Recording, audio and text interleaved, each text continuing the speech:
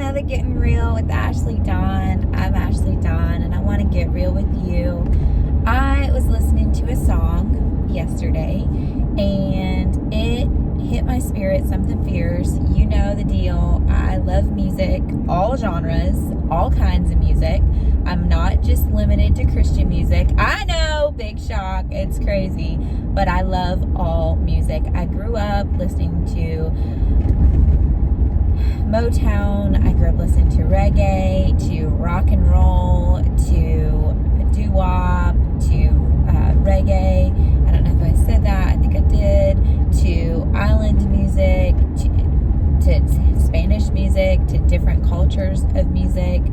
I love music. I love country. I love R&B. I love soul. I love bluegrass. I love all genres of music. I've said that before a bunch, but I love music.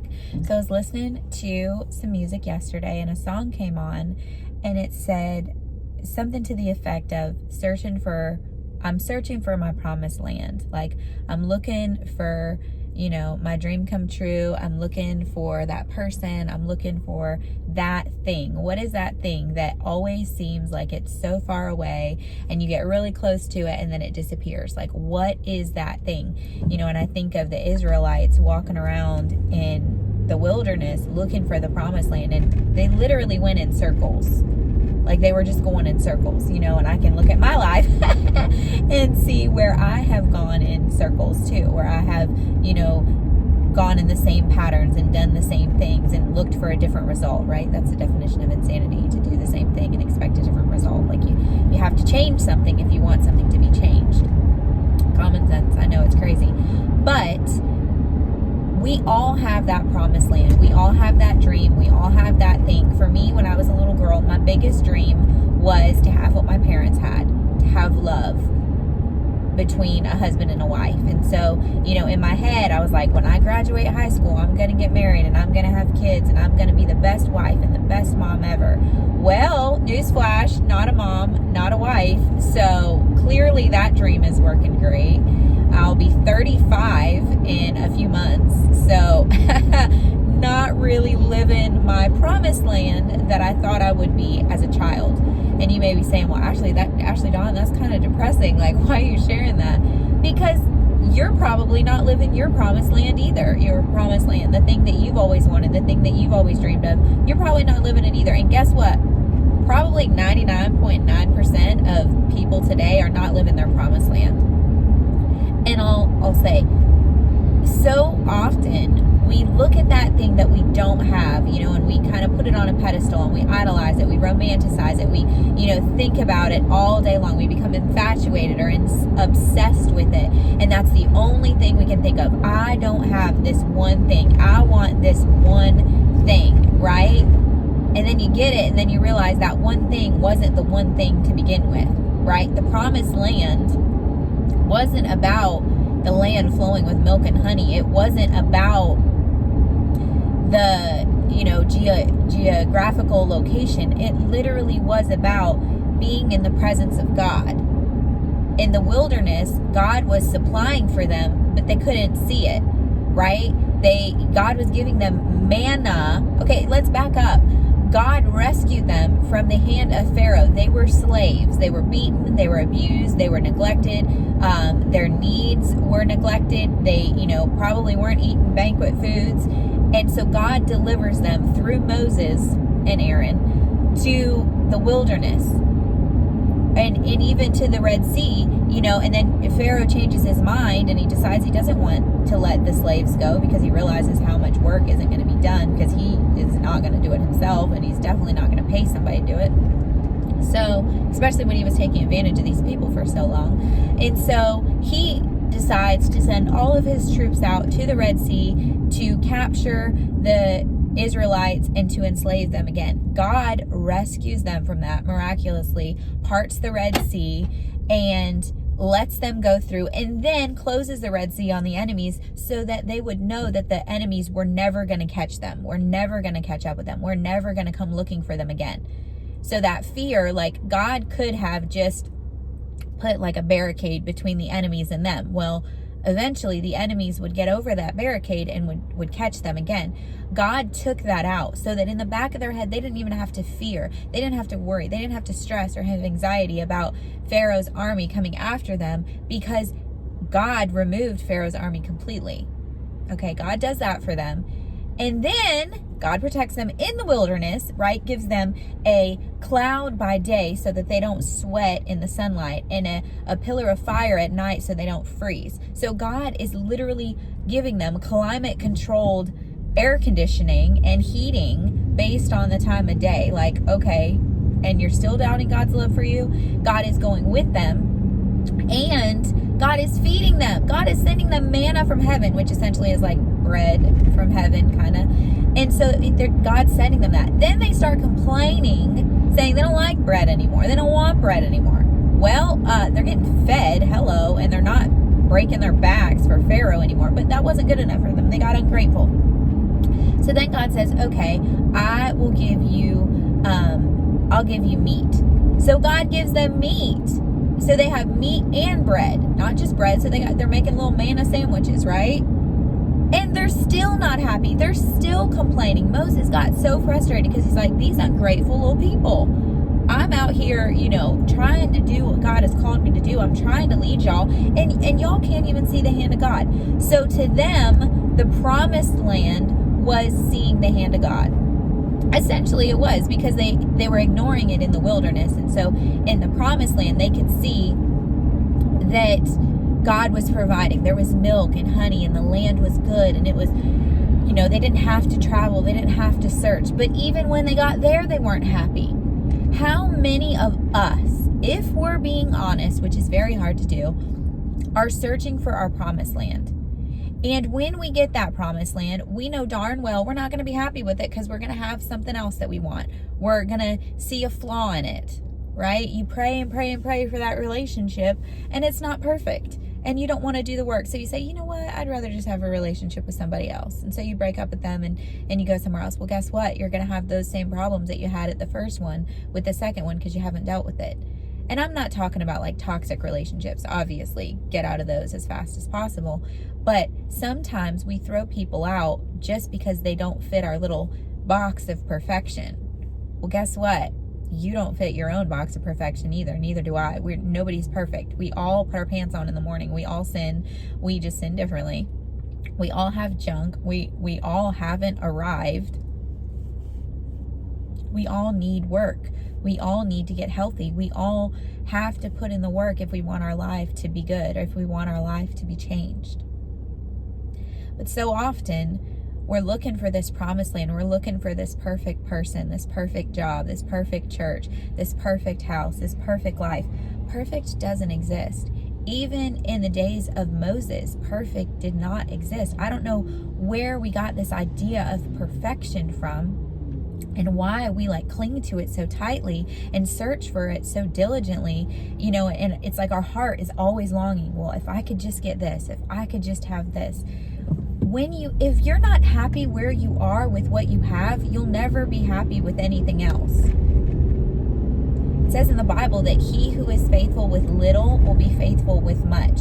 Think about it. If you got $5 and you're not faithful or thankful for that $5, what makes you think you're going to be thankful for $50? If $5 doesn't matter to you, how do you think more money will? Right? If you're faithful in the little, if you're thankful for the little that you have, God will increase upon that. God will give you more, because he sees you're thankful for it. It's like a child. When we see that children are thankful for something, we're more ready to give them more. But if they're ungrateful and they're, bossy, I want this and I want this. You think I'm going to give you more? That's a big negative. That ain't happening. No. But so often we get in our heads and we're like, God, give me more, give me more. Well, if you're not thankful for what he's already given you, what makes you think he's going to want to give you more? That promised land isn't going to be achieved unless you appreciate the land that you're in, unless you appreciate the wilderness that you're in. Here's my thinking, and this isn't anywhere in the Bible. This is just Ashleydawn, the book of Ashleydawn, whatever. It's just my thoughts. Oh, there's a yard sale, but I'm not going to do it. I'm not going to do it. Tempting, but I'm not going to do it. Anyway, so in the book of Ashleydawn, aka my thoughts, opinions, feelings, etc., I truly believe our promised land isn't so much about what we could have down the road. It's about where we are now. The land that you're on is a promise. The land that you're on is a blessing. And if we could just wrap our minds around that, if we could just look for God's hand in the season that we're in, instead of wanting to be in a different season, instead of wanting to be somewhere else or wanting to be with somebody else, if we could just focus on where we are and look for God's hand where we are, and stop looking for that new thing or that new place or that new relationship, and just look at the relationships we already have. Just look at the place that we're already at. I feel like we would realize that we're living in our promised land already. That God is so faithful and He's so loving and He meets us exactly where we are. That we don't need that thing that we're striving for and that thing that we keep dreaming about and that thing that is just on this pedestal and we're worshiping it, right? We're essentially making it an idol in our life. We're not supposed to have idols before God. We're not. God actually commands us not to. Why? Because He knows how detrimental an idol is to us, because we're going to be worshiping something that is broken. You worship your husband. Well, guess what? He's flawed and he's broken and he's going to let you down. You worship your wife. Well, guess what? She's flawed and broken and she's going to let you down. Nobody on earth is perfect. Nobody is going to be happy 24% of the time. Nobody, 24. I don't know why I said 24. That's so funny. 100% of the time. Like, maybe it's more realistic 24% of the time. But nobody is going to be everything that you need at all times. Nobody has that power other than God. And even God isn't a puppet. He's not going to do what you want Him to do. He has His own will. He has His own plan. He has His own agenda that is far better than ours. But so often we're like, well, God, I want you to do this, or God, I want you to do that. And God's like, if you really knew what that was going to be like, you wouldn't want it. But you can't see that. All you can see is right in front of you. You have a distorted vision of life. You can't see what I can see. Just trust me. But we don't trust Him. And we're like, no, God, but I want this more. And we worship this like promised land idea, and we're searching for this promised land, and we're praying for this promised land, and we're dreaming of this promised land. And literally we're wasting the promised land that we're on. We're so blinded on what we don't have that we don't even see everything that we do have. We are blessed. You watching this, you are blessed. Even if you don't feel like it, you are blessed. If what you have was taken away from you, you would appreciate it a lot more. I was thinking about this yesterday, and listen, God speaks to my heart something fierce, and no, it's not an audible voice. It's not Ashleydawn, like it's not that. It's like a knowing in my spirit that I'm like, oh, that's God. Like, that's God. So He was speaking to my spirit, and I was being a little complaining brat, and I was, I want a new car, and I want a new house, and I want this, and I want that, and I want this, and I was just praying to Him. And listen, God loves when we pray to Him. God loves when we tell Him our desires and tell Him our needs. And sometimes He'll give them to us, but sometimes He'll change our heart. And God was in the process of changing my heart. So I'm, God, I want a new car. This one's old, and it's so easy to look at other cars and be like, ooh, that's new. Ooh, that's nice. Ooh, that has this feature. Ooh, that has this feature. And so a couple of my lights, like on my dash, started coming on. Like the check engine light was on, and the tire pressuring system measuring thing was on, because somebody at Firestone broke the little gauge in my tire thing, so it always says that my pressure is off. And so all my little lights were going off, and so fear sets in, and I'm like, oh my gosh, I'm gonna be stranded on the side of the road, like my car's broke. What am I gonna do? I don't have savings. I don't have money, to buy a new car, and how am I gonna do this? And I live on one income, and just all these different things were up in my head. This is getting real, so I'm being real. I'm not going to sugarcoat it and paint myself out to have this amazing, wonderful, perfect life. I don't. I have just as many problems as y'all have. So anyway, so I'm looking at my dashboard and I'm getting scared and fearful, and I'm like, oh my gosh, what's going to happen? Like, if anything happens in my car, then I'm going to have to ride a bike, and it's rainy season, so it's going to rain, and I'm going to rain on. Listen. So anyway, I'm driving my car, and I'm complaining about my car. And God reminds me how much I prayed for this car before I had it. When I was driving a pickup truck, a Chevy truck with no air conditioning, jet black in the dead of summer, literally sweating my little booty off all day long. And this is getting real, I would get ice packs out the freezer and put them in the front of my shirt and the back of my shirt, and drive to work and take those freezer packs out and put them in the freezer at work, and then do it on my way home, because I would get so overheated that I would almost pass out. It would be like 110 heat index. I was in a jet black truck, and it was an older Chevy, and so the heat from the engine would come up and under like my feet. Oh my gosh. It was awful. I was grateful that I had a vehicle. I was grateful that I wasn't walking, but it was hard. I was hustling, and I was praying, God, if I could just have a car with air conditioning. God, if I could just have a car with air conditioning. And God gave me a car with air conditioning. And here I am 6 years later complaining about that car with air conditioning. It's not good enough for me now. It was everything I wanted at one time. It was my promised land at one time. A car with air conditioning. Oh my gosh. But now, it's not new anymore. I'm used to it. I've had it for 9 years, so it's not special anymore. I've forgotten what it's like not to have air conditioning in my car. How easy is it for us to get our promised land and then forget that it was our promised land at one time? And then we want something else. We want bigger and better, right? It's so easy to forget what we have, to overlook what we have, because we're looking at what we want. I felt so convicted, and God just really got in touch with my spirit and was like, Ashleydawn, be grateful for what you have. You are living in your promised land. This is your promised land. This is the promise that I am fulfilling to you. That car is my promise that I have fulfilled to you. It is your answered prayers. Don't you forget for 1 second how I am with you, how I am for you, that I am providing for you. Listen, and this is just getting real too. So I work for a church. I don't make a lot of money. I've been working for that church I've been volunteering there for 13 years. I've been on payroll for like 11. But I don't make a lot of money. I didn't start doing that job to make money. I started doing that job because I love children, and I wanted to teach them about God's love, and I wanted to teach them how loved they are, and I wanted to teach them how to love each other. That was the whole reason I started that job. And I took a major pay cut. So and this is getting real, so I'm going to be wide open and real. Before I was working at the church, I was working in country radio, and I was making bank. I was making $16 an hour.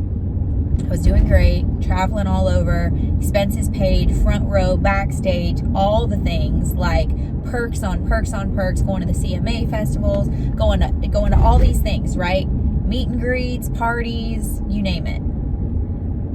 And then I started working for the church. At the time, this was, 11 years ago, I think I was making like minimum wage $7 an hour. That's a big difference. I took like a $10 pay cut to work for the church. At that time, my dad was alive, and so obviously, I was living under his roof. My rent wasn't as high. But I can look back at that and I can see, wow, I really took a pay cut, but God still provided for me. And right now, I'm not going to say what I make, because a lot of people watching this know where I work, and I don't want to put disrespect on my work or make people think different things about my work, because I don't work there for how much money I make. But if I showed you how much money I made, and you'd laugh, you'd be like, Ashleydawn, you need to get a big girl job. You need to. And then if I showed you my bills, okay, so I am like $700 negative every month from my bills, from what I make at work. And I do side hustles. I do photography, I do marketing, I do modeling, I do all these other things to supplement my income. But my money that I make every month, when I pay my bills, I am still like $675, almost $700 in the negative every single month. And you're probably like, Ashleydawn, how do you survive? Literally God. Literally God. Literally God. And you say, well, Ashleydawn, you could get another job somewhere else. I know. And I'm looking at other jobs as well. But I didn't sign up for the money. I signed up because I knew that God had put something in me and I wanted to share it with the world. It's so easy to forget what we're doing and to forget where we are and to look at, well, I could have this and I could have this and I could have this. And so when I was throwing my little hissy fit the other day to God, saying, you know, I want a new car and I want to have my own house. I've never owned anything. I've never been in a house that my family owned. We've always rented. And so I have always wanted to own my own home. And so that's something that I'm working towards and I'm praying for. And that kind of seems like a promised land, like it's so far away. I don't know how it's going to be possible. I know that it's going to be with God. But God just kind of convicted my heart. It was like, Ashleydawn, do you have a roof over your head? And I was like, yeah. And he's like, well, then I'm blessing you. Stop looking for the bigger blessing and look at the blessing that you have now. You have a roof over your head. Is it the nicest? No. But I am so grateful that I have a house. I'm so grateful that I'm not homeless. I could be very easily. Listen, I know that all it would take is one little thing and I'd be homeless. Because I live paycheck to paycheck. I don't got no savings account. I don't have anybody with a bunch of money that could be like, oh, here you go, let me bless you. No. And here's another thing that God convicted my heart. For a while, you know, you see people doing nice things for people that do nice things. And you think, well, why didn't somebody just give you a car? Why didn't somebody just, you know, give you a house? Well, I'm a person. And you can't get a tax write-off from a person. You can only get a tax write-off from a company or a business. So a lot of times people that are doing good things do it for the tax write-off. And if you're one of those people that's watching this and you do things for a tax write-off, maybe you should check your heart. And maybe you should check if you're really blessing somebody or if you're just blessing yourself and feeling good about it. That's a conviction that only you can walk out. Anyway, but God was really convicting my heart. He's like, Ashleydawn, I know your car's old and I know that you got a lot of miles on it and I know that all the little lights are, you know, going on and it's like a little electrical parade at Disney on your dashboard. But here's the thing. If your car broke tomorrow, you'd be begging me to fix it.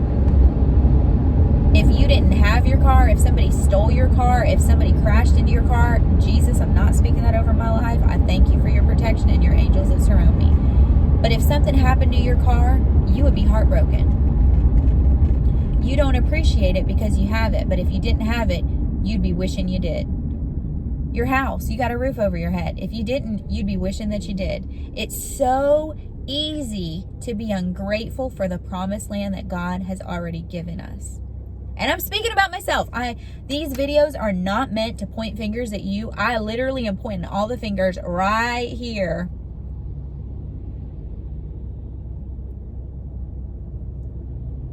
At myself. I would be ungrateful for everything I am ungrateful for everything in my life. But, well, I'm not, but I can be at times. But here's the deal. If at any time those things were gone, I would wish I had them again. Look at your life. What in your life, if you're being honest, if it was taken away, what would you beg God for back? Those kids that drive you up a wall, what if God took them away? That husband that you just can't stand picking up his dirty clothes up off the floor, what would happen if he wasn't there? That car that ain't nice and ain't new, and my car is nice and I'm grateful for it, but it is getting older and I'm like, what am I gonna do? Which is just fear and stupid. and being ungrateful. I have a car. Thank you, Jesus. I have a car, and I pay for it, and I pay my insurance and all that good stuff, and maintenance. But I'm grateful for my car. It just takes thinking about, what if that thing wasn't there? Your parents are driving you crazy. I know I got my teen girls watching. I love y'all. Your parents that drive you crazy. What if they weren't there anymore? I'm speaking from experience. My parents never drove me crazy. I love my parents. They're my best friends. But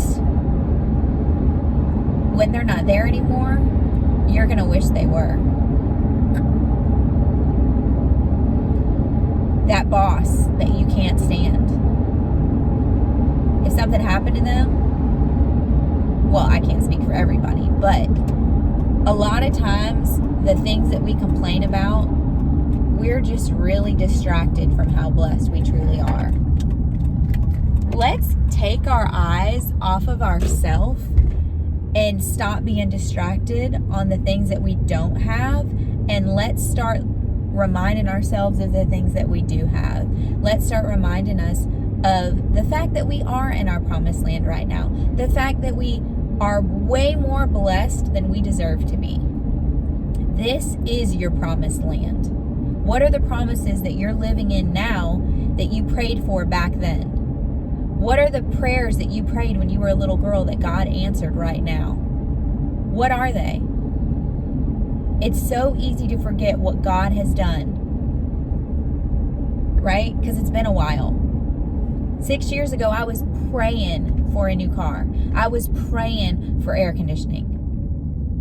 This car is that answered prayer. And it's so easy for me to forget that. For me to think, well, this air conditioning don't really blow that cold. And, sometimes it's really, really hot. And if we would just focus on how blessed we really are and stop looking for that next thing. Stop, it's one thing to have dreams and it's one thing to have goals. And I will always have the dream and the goal of having my own home.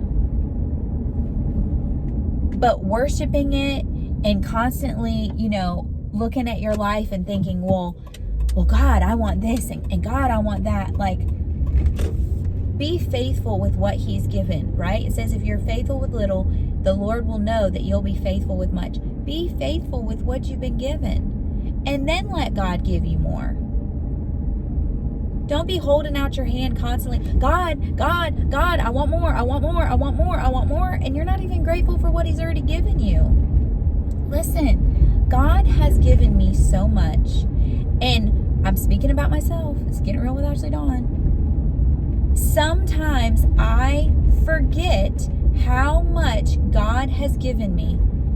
And I get so confused and so frustrated, and I'm like, God, but do you hear my prayers? God, I'm working so hard, and I can't save money, and I can't buy a house, and I can't this, and I can't that. And God's like, have you looked at everything I've given you? Have you looked at everything that I have done for you? Have you looked at everything? Or are you so stinking focused on what you don't have that you are blinded by what you do have? You have so much. You are so stinking blessed. Open your eyes. I'm sitting in front of a church called North Shore Alliance, and I went here when I was a little girl. I went to vacation Bible school here. One of my neighbors lives here. In this church, I prayed a lot of prayers. A lot of prayers.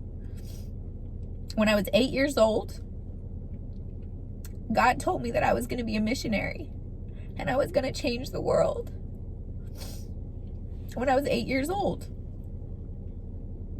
And I'm 34 now. And I am a missionary. And I am changing the world. And all those prayers that I prayed in that little room I'm staring at right now have came true. But it's so easy to forget about them. to get busy with the day-to-day life, to get busy with your responsibilities and, the things that you're obligated to as an adult, and to forget every dream and every prayer that you prayed when you were a little girl or when you were a little boy. It's so easy to forget how God has answered them, how God has been there for you.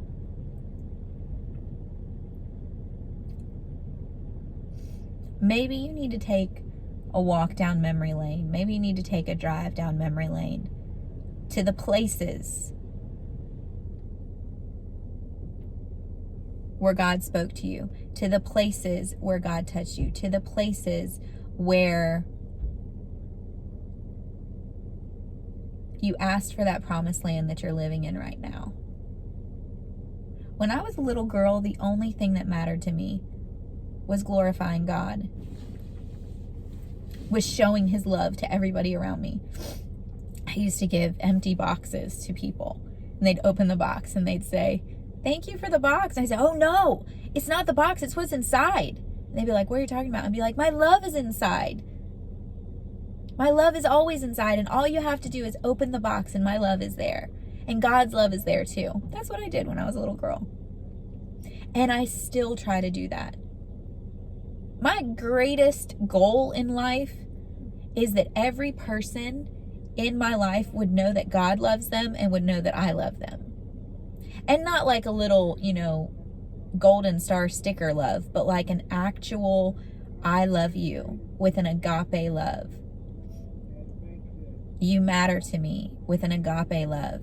God loves you. You are special. You are seen, celebrated, and loved. That's my greatest goal in life, is that every person that has ever met me would know how loved they are, how special they are, and wouldn't doubt their identity.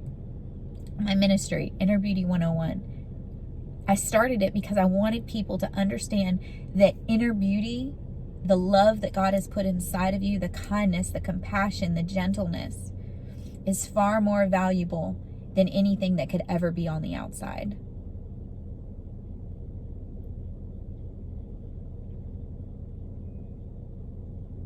It's so easy to reach out for that promised land and to try to grasp that promised land. But maybe you need to close your eyes and realize that you're already there. You're already living in your promised land. Every prayer that you prayed when you were a child is being answered. You are in your promised land. I'm in mine, sitting here in this church parking lot, looking at the window of the vacation Bible school of my Sunday school classroom that I used to go to, remembering the prayers, remembering the excitement, remembering the love that was spoken to me in those moments from God first and foremost, and then from the leaders and the mentors and the teachers, the volunteers. I'm 34 years old and I am living in my promised land. Is it perfect? No. Do I struggle? Yes, every single day. But I could easily focus on the struggle and miss the goodness of the blessings of God. So I'm going to spend the day remembering the things that God promised me as a little girl that I'm walking in as a woman. And I would encourage you to do the same. You are living in your promised land right now. And it's easy to look at everything you don't have. It's easy to look at, well, I could have this and I could do this and I could be this. Maybe you need to close your eyes and remember where you've been. Remember where God has taken you from. Remember what God has protected you from. And realize that you are in your promised land right now. Still have dreams, still have goals, but understand that you are walking in the blessings and the promises of God right exactly where you are. Maybe it doesn't look the way that you thought it would, but this is your promised land. Think about the prayers that you prayed as a child. Think about the prayers that your grandparents prayed over you as a child. They are being fulfilled right now. I just wanted to encourage you. You are seen, celebrated, and so very loved. I hope this encouraged you. I hope it blessed you. And I hope you have an amazing, wonderful, beautiful day. Love y'all. And I'll catch you in the next one.